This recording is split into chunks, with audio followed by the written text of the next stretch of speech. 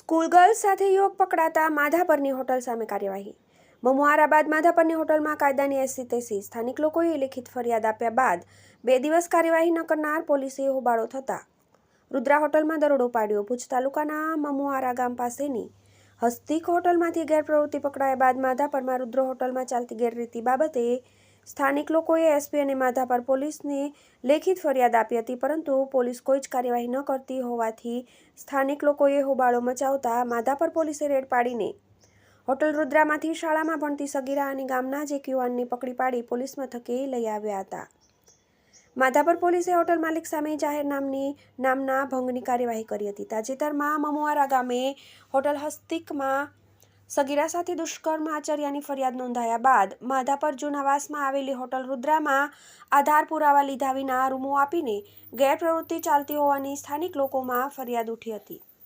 જે અંગે સ્થાનિક લોકોએ 20 નવેમ્બરના રોજ લેખિત પશ્ચિમ કચ્છ એસપી અને માધાપર પોલીસ મથકના ઇન્સ્પેક્ટરને લેખિત અરજી આપી હતી.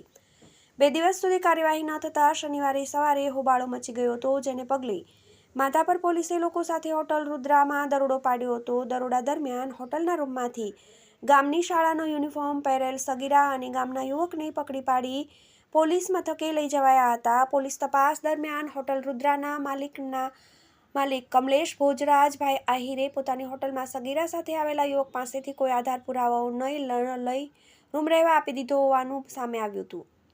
માધાપર પોલીસે ભુજના કૈલાશનગરમાં રહેતા અને માધાપરમાં હોટલ રુદ્રાના માલિક કમલેશ ભોજરાજભાઈ આહિર સામે જાહેરનામાના ભંગનો ગુનો નોંધીને આગળની કાર્યવાહી કરી હતી. સગીરાના પરિવારે ફરિયાદ ન નોંધાવતા યુવક સામે કોઈ પોલીસ કાર્યવાહી કરી નહીં.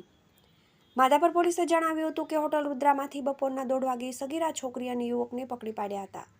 સગીરા અને યુવક એક જ્ઞાતિના છે અને બંને જણાઓ માધાપર ગામના જ છે. બંને પકડાયા પછી સગીરાના પરિવારજનોને પોલીસ સ્ટેશનમાં બોલાવ્યા હતા, પણ સગીરાના પરિવારજનોએ આબરૂ જવાના કારણે પોલીસ ફરિયાદ કરવાનું ટાળ્યું હતું. પકડાયેલો યુવાન કોઈ જ કામ ધંધો કરતો નથી.